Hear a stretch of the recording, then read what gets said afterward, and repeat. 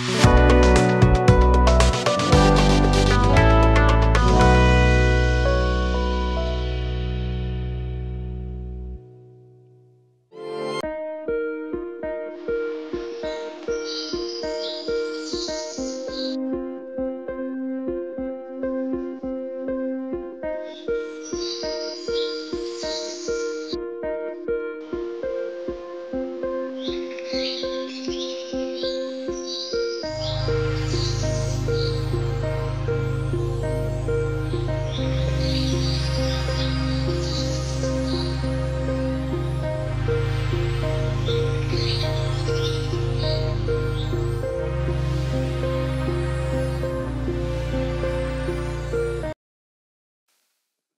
जीशु ख्रीष्ट अति बहुमूल्य नाम संपर्क इंडिया द्वारा प्रस्तुत कार्यक्रम नुआ सकाल आशार आज अध्याय मुझे स्वागत जनाए।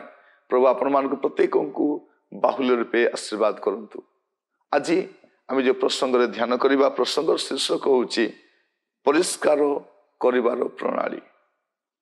परिष्कार करिवार प्रणाली गोटे पद देखा जेसाय तार 48 अध्याय तार 10 पद लिखा जाए, देखो आम्भे तुमको परिष्कार करिअछु, मात्र रूपा परि नुहे, आम्भे दुख रूप उम्हाई रे तुमको मनोनीत करिअछु। एटी प्रभु गोटे कथा कहउछन्ति, मु तुमको परिष्कार करिछि किंतु रूपा परि नुहे। रूपा परिष्कार करिवार प्रणाली अलग, किंतु एठी प्रभु कहउछन्ति आम्भे तुमको दुख रूप उम्हाई रे तुमको मनोनीत करिअछु। प्रभु कौठु मनोनीत करिसंति जे दुख रूप उम्हाई रे। आमे कोन करू जे दुख कष्ट आसे आमे सेठु पलायन कर चेष्टा करिता, आमे दौड़ी था, अरे बाबा दुख काहे की दरकार, दुख काहा को दरकार नहीं। किंतु प्रभु कहउछन्ति जे दुख रूप उम्हाई रु आमे तुमको परिष्कार करके आनिछु। माने कौन बेले बेले आम जीवन दुख कष्ट समस्या आसे, अनेक जीवन दुख आसे, प्रभु को छाड़ी दियंती। अनेक को मुझे देखी, अनेक युवा मान को जो परिवार बापा कि माँ चली जाती से अभिमान कर प्रार्थना छाड़ी दियंती, प्रभु को छाड़ी दियंती। किंतु प्रभु कहते नाई मु तुमको दुख रू ही बाहर कर आसी। फिर तो आपणकर प्रियजन ठार विच्छेद हो पारती, किंतु प्रभु ठार विच्छेद हेबे नहीं। आम जीवन बेले बेले दुख आसे, कष्ट आसे, समस्या आसे, आम भांगी पड़ू। आम प्रभु को कहूँ, प्रभु एगुड़ाक मत दरकार नहीं, कहीं प्रभु एमती आसला। किंतु प्रभु परिष्कार करिवार प्रणाली देखंतु, से कौन करुछंती, दुख रूप उम्हाई रे आम तुमको मनोनीत करिअछु। तेणु आपण जीवन जो दुख कष्ट आसूची आप जमा विचलित हूँ नहीं। पद आम जो देखा प्रथम पितर तार 3 अध्याय गोटे सुंदर कथा लिखा जाउछि। प्रथम पितर तार 3 अध्याय तार 17 पदरे गोटे कथा लिखा जाए, कारण दुष्कर्म सकाशे दुख भोग करबा ठारू बरं जदि ईश्वर को इच्छा हुए ताले सत्कर्म सकाशे दुख भोग करबा भलो। माने दुख भोग केमिति, भूल काम करी आपण उमाई रे पड़ी नांती। प्रभु आपण को दुख रूप अग्नि रे आपण भूल काम करबा द्वारा नुहे, आपण उत्तम कर्म करबा द्वारा मध्य आपण दुख देखि जिवे।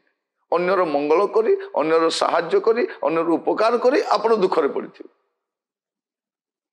देखो आम खराब काम करे एबे ख्रिस्टियान कुकर्म करी दुख भोग करिवो नहीं, से सुकर्म करी दुख भोग करिवो। आ एटा से बुझिबा पे कष्ट हुए, मु तो भलो काम कली, मु तो उत्तम काम कली, अन्यर उपकार कली, मते काहे दुख।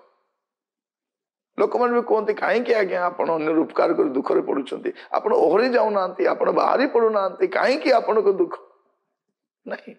परमेश्वर दुख रूप उम्हाई रे आपण को परिष्कार करबा पाए से मनोनीत करिसंती। एटा होची परिष्कार करिवार प्रणाली। देखो तो आपण भलो काम करिकी जो कष्ट पाउछंती, सेठी जो आनंद अछि, कुकर्म करिकी जो आनंद, से आनंद भिन्न अटे। आपण को स्वास्थ्य हानि ही गला, आपण को सम्मान हानि हो जाउछि, ଆପଣ ମେଣ୍ଟାଲି ଡିପ୍ରେସ ହେଇଯାଉଛନ୍ତି, ଆପଣ ଶୋଇପାରୁନାହାନ୍ତି। କୁକର୍ମ କରିବା ଦ୍ୱାରା ନୁହଁ, ସୁକର୍ମ କରିକି ଆପଣ ଏ କଷ୍ଟ ଦେଇକି ଯାଉଛନ୍ତି। ତ ପରମେଶ୍ୱର ଆପଣଙ୍କୁ ଗୋଟେ ଭିନ୍ନ ଭାବରେ ପରିଷ୍କାର କରୁଛନ୍ତି, ଭିନ୍ନ ଉମାଇରେ ଆପଣଙ୍କୁ ପକାଇଛନ୍ତି। କଣ? ଦୁଃଖ ରୂପ ଉମାଇରେ ଆପଣଙ୍କୁ ପ୍ରଭୁ ମନୋନୀତ କରିଛନ୍ତି। ଆଉ ସେଇ ଦୁଃଖଟା ବେଳେ ବେଳେ ବଢିଯାଏ, ସେ କଷ୍ଟଟା ବଢିଯାଏ। ଆଉ ସେଇ ସମୟରେ ପରିବାର ଲୋକ ବି କୁହନ୍ତି, କାହିଁକି ବାପା, କାହିଁକି ମା, କାହିଁକି ଅଙ୍କଲ, କାହିଁକି ବାପା ଆପଣ ସମସ୍ୟା ଦେଇ ଆପଣ ବାହାରି ଆସୁନାହାନ୍ତି? ନାଇଁ, ଆପଣ ଯଦି ଠିକ କାର୍ଯ୍ୟ କରି ଦୁଃଖ ଭୋଗ କରୁଛନ୍ତି, ଆପଣ ଜମା ବିଚଳିତ ହୁଅନ୍ତୁ ନାହିଁ, ଜମା ବିଚଳିତ ହୁଅନ୍ତୁ ନାହିଁ। 4 ପର୍ବ ତାର ପ୍ରଥମ ପିତର 4 ପର୍ବ ତାର 14 ପଦ ଲେଖାଯାଏ, ଯଦି ତୁମେ ମାନେ ଖ୍ରୀଷ୍ଟଙ୍କ ନାମ ସକାଶେ ନିନ୍ଦିତ ହୁଅ, ତାହେଲେ ତୁମାନେ ଧନ୍ୟ, ତୁମାନେ ଧନ୍ୟ, କାରଣ ଗୌରବମୟ ଆତ୍ମା ଅର୍ଥାତ୍ ଈଶ୍ୱରଙ୍କ ଆତ୍ମା ତୁମଠାରେ ଅଧିଷ୍ଠାନ କରୁଅଛନ୍ତି। ଆଉ ଯଦି ଆପଣ ଦେଖିବେ ତାର 13 ପଦରେ, ବରଂ ଯୋଉ ପରିମାଣରେ ଖ୍ରୀଷ୍ଟଙ୍କ ଦୁଃଖ ଭୋଗରେ ସହଭାଗୀ ହୋଇଅଛ, ସେଇ ପରିମାଣରେ ଆନନ୍ଦ କର, ଯେପରି ତାହାଙ୍କର ମହିମା ପ୍ରକାଶ ହେବା ସମୟରେ ମଧ୍ୟ ତୁମେ ମାନେ ମହାନନ୍ଦରେ ଆନନ୍ଦିତ ହବ। ତେଣୁ ପ୍ରଭୁ ଆପଣଙ୍କୁ ଯଦି ଦୁଃଖ ରୂପ ଉମ୍ମାଇରେ ପରିଷ୍କାର କରିବା ପାଇଁ ସେ ମନୋନୀତ କରିଛନ୍ତି, ଏଇଟା ତାଙ୍କର ପରିଷ୍କାର କରିବାର ପ୍ରଣାଳୀ।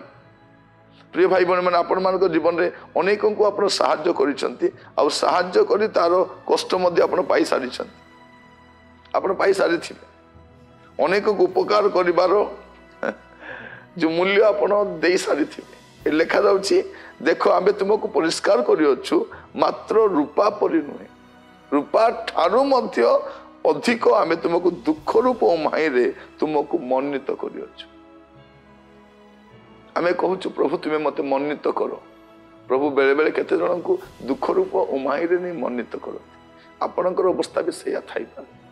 ଆପଣ କଷ୍ଟ ଦେଇ ଗତି କରୁଛନ୍ତି, ଆପଣ ସମସ୍ୟା ଦେଇ ଗତି କରୁଛନ୍ତି। ପ୍ରିୟ ବନ୍ଧୁ, ମୁଁ ଆପଣଙ୍କୁ କହିବା ପାଇଁ ଚାହେଁ, ଆସୁ ଆଜି ପ୍ରାର୍ଥନା କରୁ, ପ୍ରଭୁ ଆପଣ ଯେମିତି ଭାବରେ ମଧ୍ୟ ମୋତେ ପରିଷ୍କାର କରିବା ପାଇଁ ଚାହୁଁଛନ୍ତି, ପରିଷ୍କାର କରନ୍ତୁ, ମୋତେ ମନୋନୀତ କରନ୍ତୁ। ପ୍ରାର୍ଥନା କରିବ।